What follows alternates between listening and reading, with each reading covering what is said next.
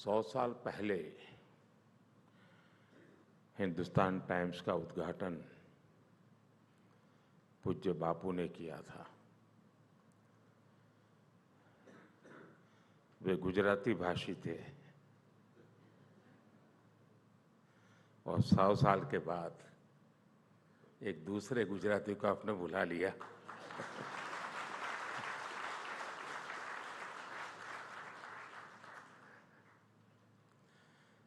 इस ऐतिहासिक यात्रा के लिए मैं हिंदुस्तान टाइम्स को और 100 साल की यात्रा में जो लोग इससे साथ जुड़े हैं,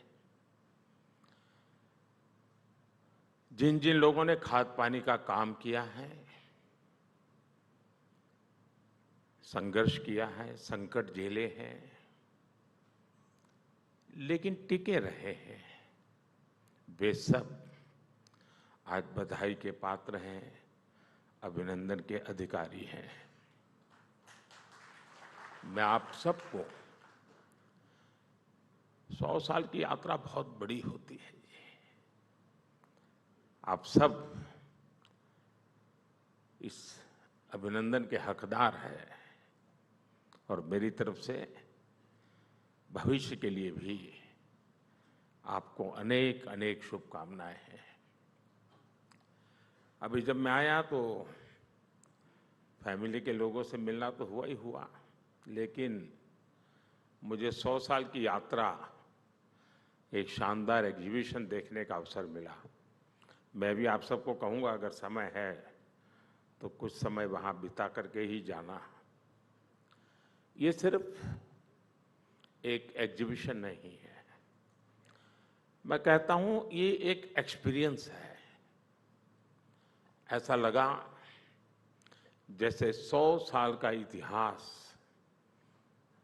आंखों के सामने से गुजर गया। मैंने उस दिन के अखबार देखे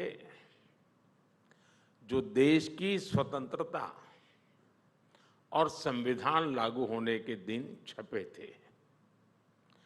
एक से बढ़कर एक दिग्गज महानुभाव हिंदुस्तान टाइम्स के लिए लिखा करते थे।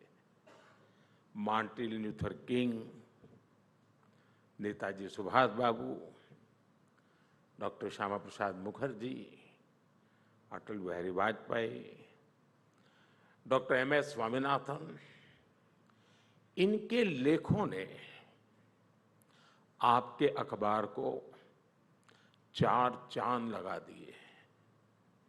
वाकई हम बहुत लंबी यात्रा करके यहां तक पहुंचे हैं।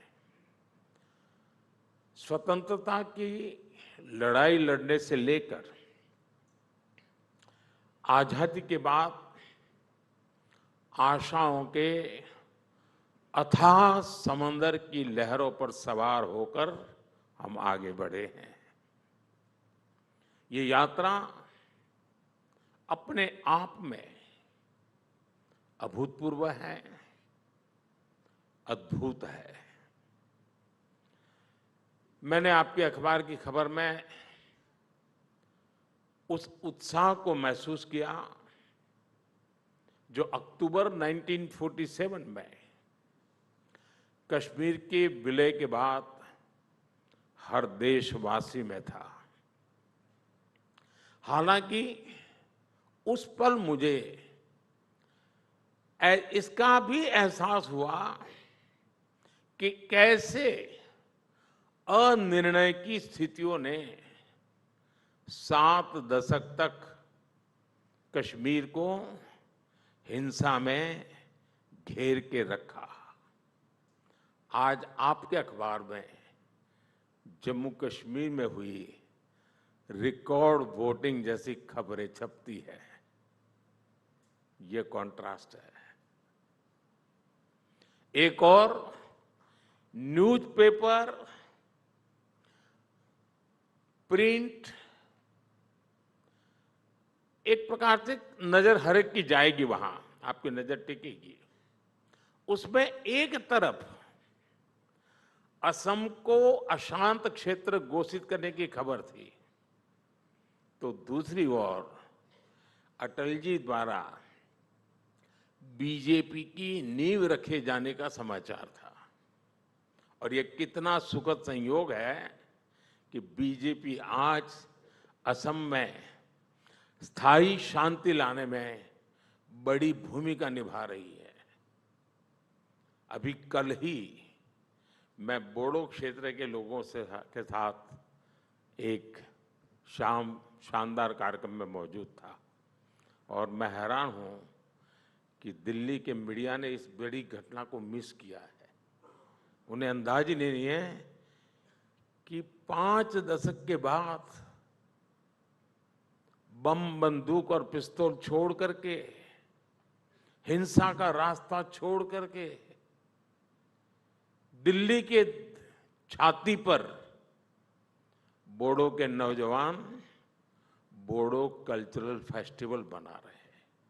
इतिहास की बहुत बड़ी घटना है। मैं कल वहां था, मैं हृदय से फील कर रहा था। बोडो शांति समझौते कारण इन लोगों का जीवन बदल गया है। एग्जीबिशन के दौरान 26/11 के मुंबई हमले की रिपोर्ट्स पर भी मेरी नजर गई। ये वो समय था जब पड़ोसी देश की आतंकवादी हरकतों की वजह से हमारे लोग अपने घर और शहरों में भी असुरक्षित रहते थे। लेकिन अब स्थितियां बदल गई हैं। अब वहां के आतंकवादी ही अपने घर में सुरक्षित नहीं है।